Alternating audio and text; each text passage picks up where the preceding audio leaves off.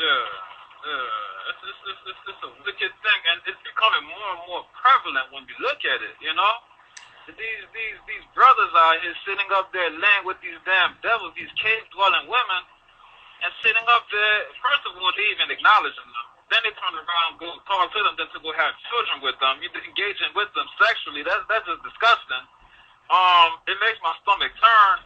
You know, if I could just share something right quick with the listeners. A couple of months ago, I went to a training that I was doing for my job, and they had me in a hotel. They paid for the hotel and everything.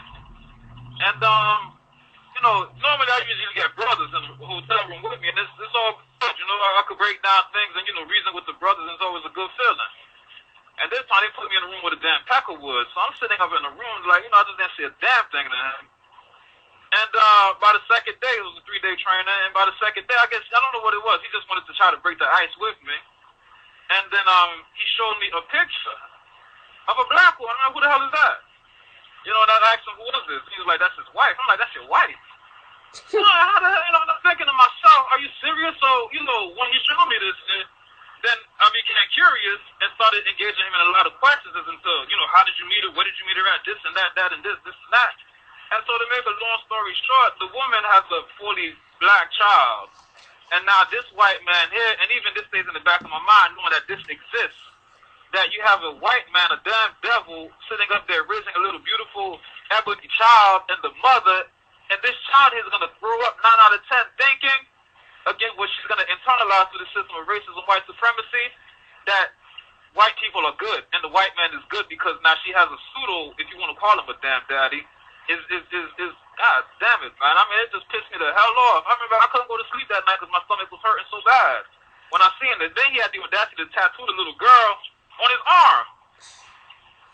And the thing that kills me about that is they're so used to black people being so asleep and so emasculized that they would look at that as a good thing. Like, oh, he's down. He got one of our women. Not, I want to kill you for taking one of our women. How dare you flaunt that in my face?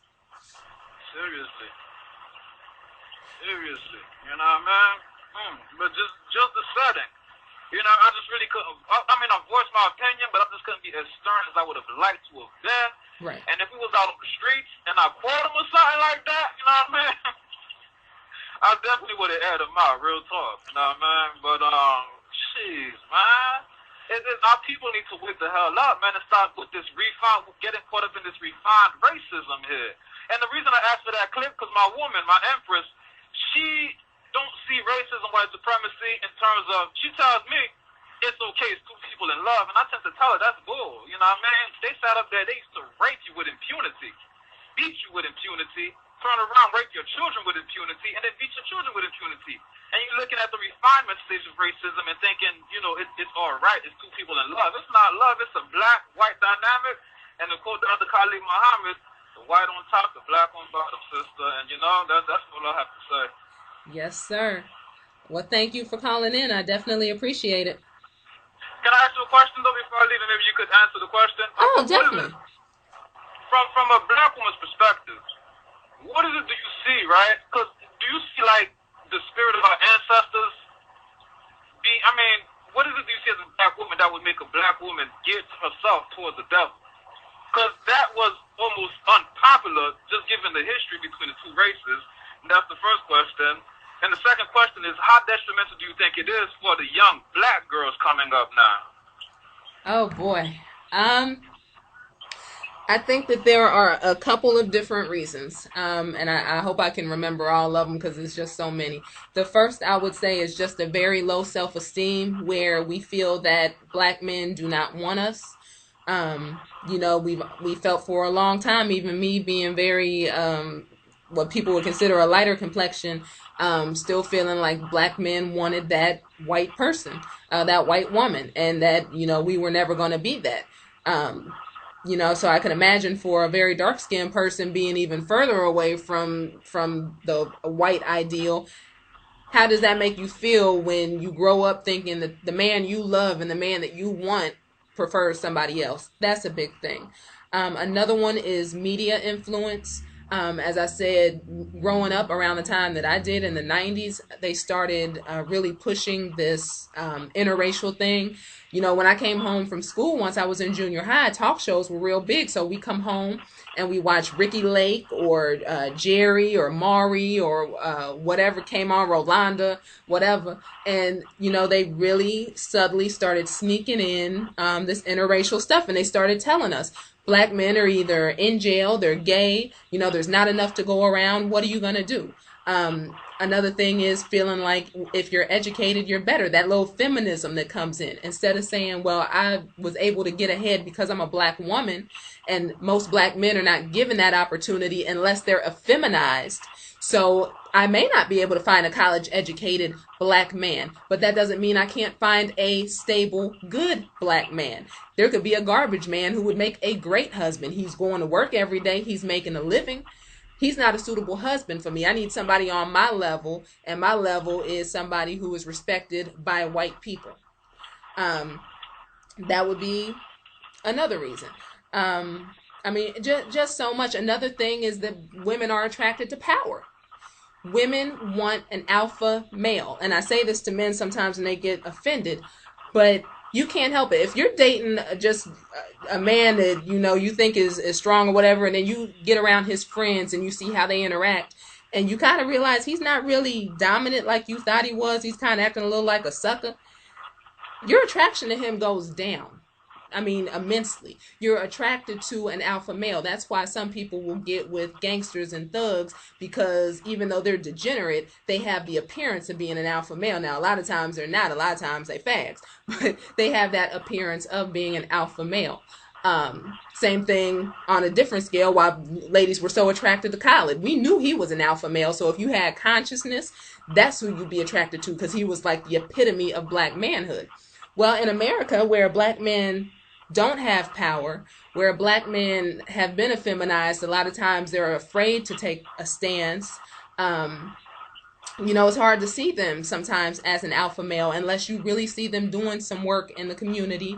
You're not seeing them as an alpha male. You're seeing them bow down to white men. So you're like, well, shoot, why I'm gonna be with you? You might as well go be with the cracker. Now, I don't endorse that, but I'm just saying that could be part of the reason, because we see our men in such a weakened condition where they won't take control of their communities. They won't take control of us. Anything goes and we're running things. That's not really attractive to women. So I think that those are some of the reasons. There's probably even more. As far as children, I think it has a big impact on children, because they feel like if you're dark, you feel like you're not as good as the light-skinned child. It creates division. I know, like, I was lucky in my family. It was almost all dark skin, so I didn't even really know that the light skin, dark skin thing existed. I was just one of the group. So I really didn't deal with that too much, but I'm sure the darker skinned people did. Matter of fact, when we were telling the African booty scratcher and the Yo Mama So Black jokes, I learned that from dark skinned people. I had no idea what I was even doing. They did it, so I just did the same thing. So it's obvious that they felt it even if I didn't. So to continue to make our children feel like they're not pretty enough, they're not good enough, and we need to lighten them up is obviously going to be a very hurtful thing. And I'll say another thing to the brothers who are dating white women and engaging in all this miscegenation.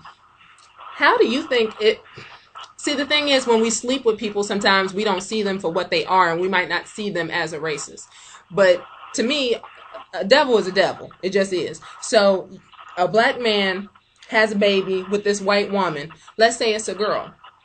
9 times out of 10, the child is going to be much prettier than the woman, because the woman usually ain't cute to begin with. So you're going to have this you're going to have this beautiful girl who the mother's probably going to be jealous of.